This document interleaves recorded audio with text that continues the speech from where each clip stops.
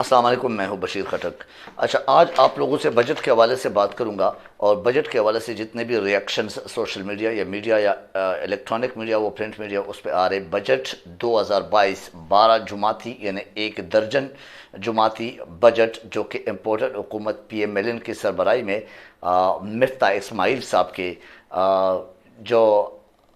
Expertise ہے اس میں یہ پیش کیا گیا، اور یہ 2022 کا انوکھا اور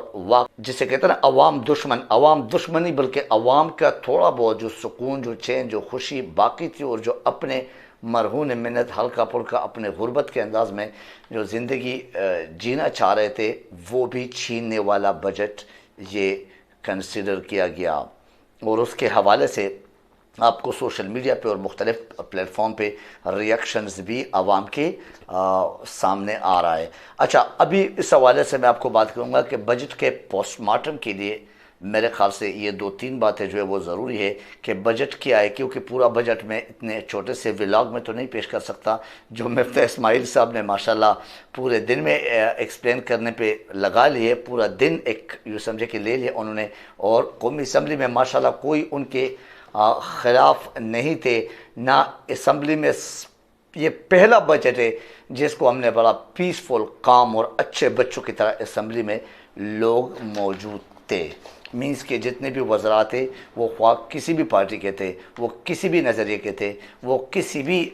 سوچ کے تھے، وہ سارے ایسے پن ڈراپ سائلنس کے ساتھ یہ بجٹ سن رہے تھے، اور کسی قسم کی کوئی ووٹنگ، کسی قسم کی کوئی نعرہ بازی نہیں ہوئی قومی اسمبلی کے اس بجٹ پیش ہونے والے ایک تقریب میں، ایک سیشن میں۔ اچھا، تو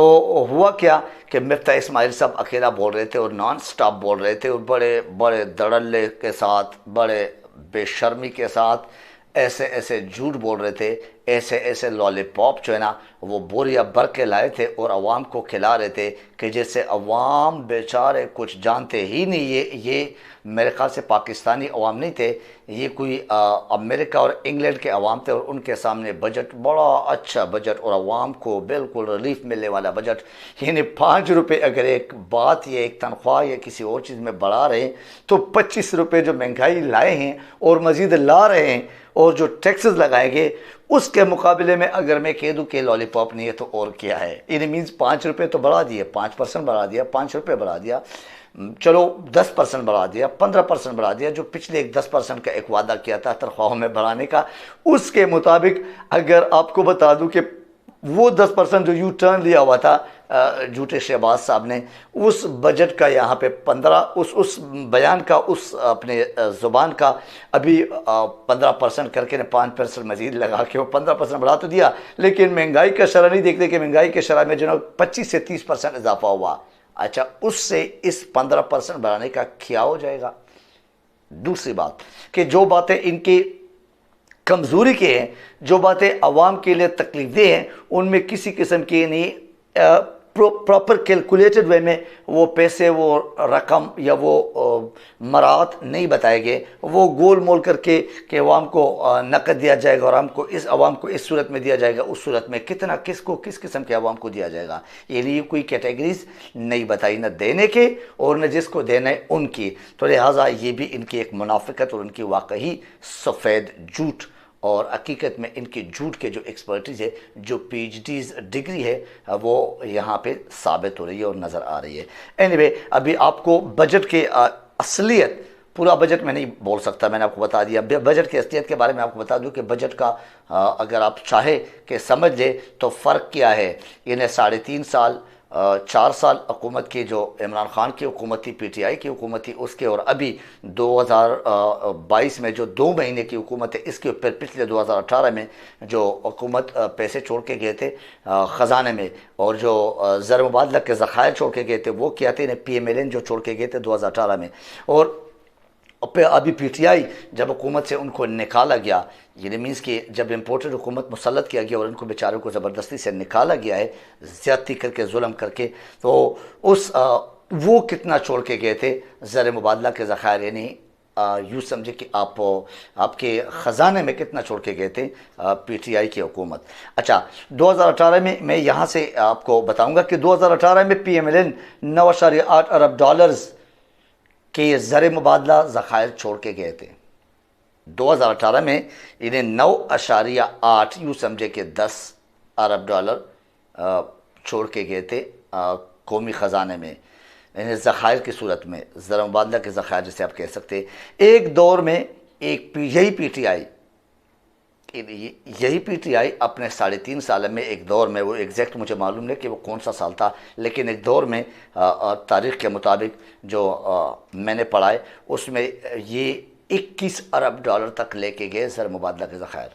پی ٹی آئی کی حکومت، پچھلی حکومت جو 3.5 پونے 4 سال بعد اس کو ختم کر دی. مارچ 2022 میں جب پی ٹی آئی کی حکومت کو ختم کر دیا گیا، ان کو نکال دیا گیا اور یہ مسلط ہو گئے، یہ کرپٹ اور امپورٹڈ حکومت، تو اس وقت جو ذخائر تھے وہ 17 ارب ڈالرز تک لے کے گئے تھے اور چھوڑ کے گئے پی ٹی آئی. یعنی پی ٹی آئی کی زر مبادلہ کے ذخائر، پی ٹی آئی خزانے میں جو پیسے چھوڑ کے گئے تھے وہ کتنے، مارچ 2022 میں ان کی حکومت ختم ہو گئی، وہ 17 ارب ڈالرز تک لے کے گئے تھے، وہ چھوڑ کے گئے تھے. اب آپ اندازہ لگاؤ، خود ڈیفرنس دیکھو. 9.8 2018 میں پی ملین چھوڑ کے گئے تھے، ابھی مارچ 2022 میں جب پی ٹی آئی کی حکومت ختم کر دی گئی تو اس میں 17 ارب ڈالرز خزانے میں یا ملک کی معیشت میں زر مبادلہ ذخائر چھوڑ کے گئے پی ٹی آئی. ڈفرنس آپ خود عوام سمجھ سکتے اور کر سکتے. اچھا اب آتے کہ ان 2 ماہ میں 17 ارب ڈالر سے، آسان سا ڈفرنس ہے، 17 ارب ڈالر سے 9.2 پر لے آئے کون؟ یہ آپ کے جو 12 جماعتی، یعنی 1 درجنی جماعتی جو پارٹی ہے، جو حکومت ہے، جو پی ڈی ایم جسے کہہ سکتے آپ، جو ہمارے اوپر ایک قحط نازل ہوا ہے، ایک عذاب نازل ہوا ہے، یہ لوگ لے کے آئے ہیں. ابھی اس وقت جو ہمارے وہ ہیں ذخائر ہے، زر مبادلہ ذخائر، وہ دیوالیہ ہونے کے مترادف ہے. دیوالیہ، ملک کی معیشت دیوالیہ ہو چکی ہے اور دیوالیہ کے مترادف ہے کہ 9.2 یعنی 17 ارب ڈالر کہاں پہ آگے؟ 9.2 پہ. ابھی اس وقت موجود ہے 9.2 ارب ڈالر 17 ارب ڈالر سے. تو بہرحال فرق آپ کو سامنے یہ. اس کے بعد میں آپ کو خسارے کے حوالے سے بات کروں کہ خسارہ کیا تھا. یعنی مینز ایک تو ہوتے ہیں نا کہ ذخائر کتنے تھے، ایک کہ خسارہ ملک جب حکومت لی جاتی ہے، جب معیشت اپنے ہاتھ میں لی جاتی ہے، ہینڈ اوور کی جاتی ہے، لی جاتی ہے، تو اس وقت خسارہ کیا تھا. پی ایم ایل این جب 2018 میں حکومت چھوڑ کے گئے تھے تو ان کے چھوڑتے وقت جو خسارہ تھا وہ 22 ارب یو ایس اے ڈالر، یعنی امریکی ڈالر جو تھا وہ کتنا،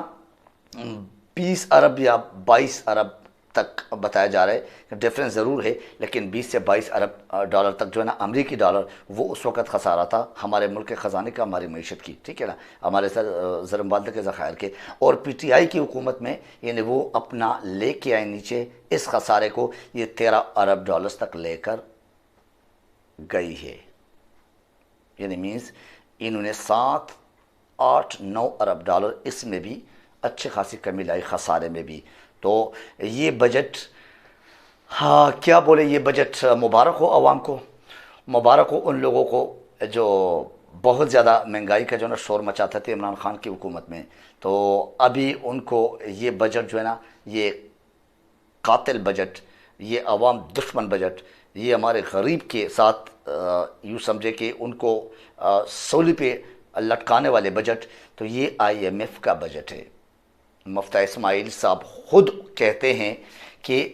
ہم نے سرکاری تنخواہوں میں اضافہ آئی ایم ایف کے کہنے پہ کیا ہے. یعنی اتنی چھوٹی سی بات، یہ اتنے عوام کے اگر کوئی ریلیف دیا جاتا ہے تو وہ آئی ایم ایف سے پوچھا جاتا ہے. تو اس کا مطلب یہ بجٹ امریکہ اور آئی ایم ایف اور اسرائیل اور یہودیوں کا کے کہنے پہ بجٹ نکالا گیا اور انہی نے لکھ کے دیا اور صرف کاغذ سے پڑھ رہے تھے. جو مفتہ اسماعیل کے الفاظ ہے اس کی کہ ان کی اجازت پہ تنخواہ میں اضافہ کیا، ادروائز یہ تنخواہ میں اضافہ بھی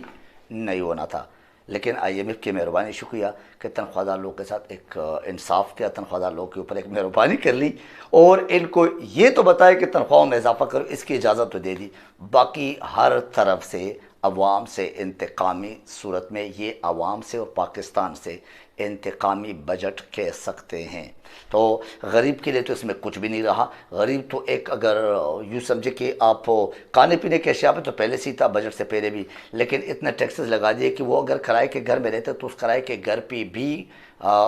وہ لگا لیا، ٹیکس لگا دیے۔ تو جب ان کے اوپر وہاں بھی ٹیکس لگا دیے تو اس کا مطلب کرایہ اگر 10,000 تھا تو ابھی 15,000 پہ پہنچ جائے گا۔ اچھا، تو غریب کے لیے اور اسپیشلی جو نان تنخواہ دار ہیں، جو بیچارے بے روزگار ہیں، جو بیچارے پرائیویٹ مزدوری کرتے ہیں، ان کے لیے کیا ہوگا؟ چلو سرکاری تنخواہوں میں بھی ہلکا پھلکا تو اضافہ ہو گیا، تو ان کے ساتھ کیا ہوگا؟ بہرحال یہ ساری باتیں بہت لمبی بحث ہے کیونکہ پورا بجٹ ایک اس میں نہیں کر سکتے۔ تو اس حوالے سے اور پھر اس کے بعد آپ کو جو وزیر اعظم صاحب شہباز شریف صاحب وہ کیا کہتے ہیں؟ وہ کہتے کہ یہ بجٹ معیشت کو اٹھانے کے لیے اور معیشت کو مضبوط کرنے کے لیے ایک بہترین اقدام ہے، اور یہ عوام کو، غریب عوام کو جو کہ متوسط طبقے اور اس سے نیچے کے عوام ہیں، ان کو ریکارڈ ساز ریلیف کا ایک بجٹ ہے۔ یہ شہباز شریف صاحب کے الفاظ ہیں بھائی، یہ شہباز شریف صاحب کے جملے ہیں۔ اچھا، آپ لوگوں نے قومی اسمبلی میں دیکھا ہوگا یا تو اپنے باتوں میں لگے ہوئے تھے یا ویسے جسے نا جس کو سمجھے کہ پارا پڑھنا نہیں آتا ہے اور وہ ویسے کسی ختم القرآن میں بیٹھا ہوا ہے، یا وہ اسٹوڈنٹ جس کو آتا کچھ نہیں ہے لیکن استاد کی خاطر جو ہے نا وہ یا استاد سے ڈر کے ہمارے صرف کتاب کو دیکھتا ہے اور اس کے دماغ میں کچھ بھی نہیں بیٹھتا ہے اور وہ ویسے صرف کتاب کھلا ہوا پڑھ رہا ہوتا ہے، مطلب اس کو کتاب کھول کے پڑھ رہا ہوتا ہے۔ تو اس طرح کے آپ نے دیکھ لیا شہباز شریف اور باقی ان کے جتنے بھی وزرات ہیں، کسی ایک نے بھی عوام کی خاطر اس بجٹ کے کسی ایک نقطے پہ بھی اس وقت کوئی شاؤٹنگ یا کوئی ایسے نعرہ یا کوئی ایسا اسماعیل کو سٹاپ کرنے کی کوشش نہیں کی۔ تو یہ ٹوٹلی ایک ریجیکٹڈ بجٹ ہے، یہ ٹوٹلی ظالم بجٹ ہے۔ یہ حقیقت میں عوام کے ساتھ جو تھوڑا بہت کسر بچا ہوا تھا وہ بھی ان سے نکال دیا۔ یہ عوام کے ساتھ دشمنی کے کیا کہ میں کہتا ہوں کہ ان کے آنے والے نسلوں کے ساتھ بھی دشمنی کے برابر ایک بجٹ تھا، اور عمران خان نے اس بجٹ کو اپنے بیاں پہ اپنے طرف سے مسترد بھی کر دیا کہ یہ بجٹ، اس بجٹ میں نہ معیشت اوپر جا سکتی ہے اور نہ اس میں کوئی ایسے پوائنٹ رکھے گئے کہ معیشت یا پاکستان کی جو زر مبادلہ ہے، جو ذخائر ہے جس سے آپ اپنے معیشت کو اوپر لے جا سکتے ہیں، جس سے آپ مختلف اداروں کے مختلف ٹیکسز کے مختلف معاملات کے جتنے بھی جس سے حکومت اور حکومت کے معاملات ذرا ان کو سپورٹ مل جاتی ہے، اس قسم کا اس بجٹ میں کچھ بھی نہیں ہے۔ لہٰذا یہ ایک نالائق پن کی ایک زندہ ثبوت اور زندہ مثال۔ تو وہ کہتے نا، جاتے جاتے میں آپ کو ایک کہاوت سنا دوں، کہتے کہ بڑے میاں تو بڑے میاں، چھوٹے میاں سبحان اللہ۔ تو مفتاح اسماعیل صاحب شہباز شریف اور ان کے بڑے میاں جتنے بھی تھے ان سے بھی اوپر کے نکلے جھوٹ بولنے میں اور لوگوں کو لالی پاپ کھلانے میں۔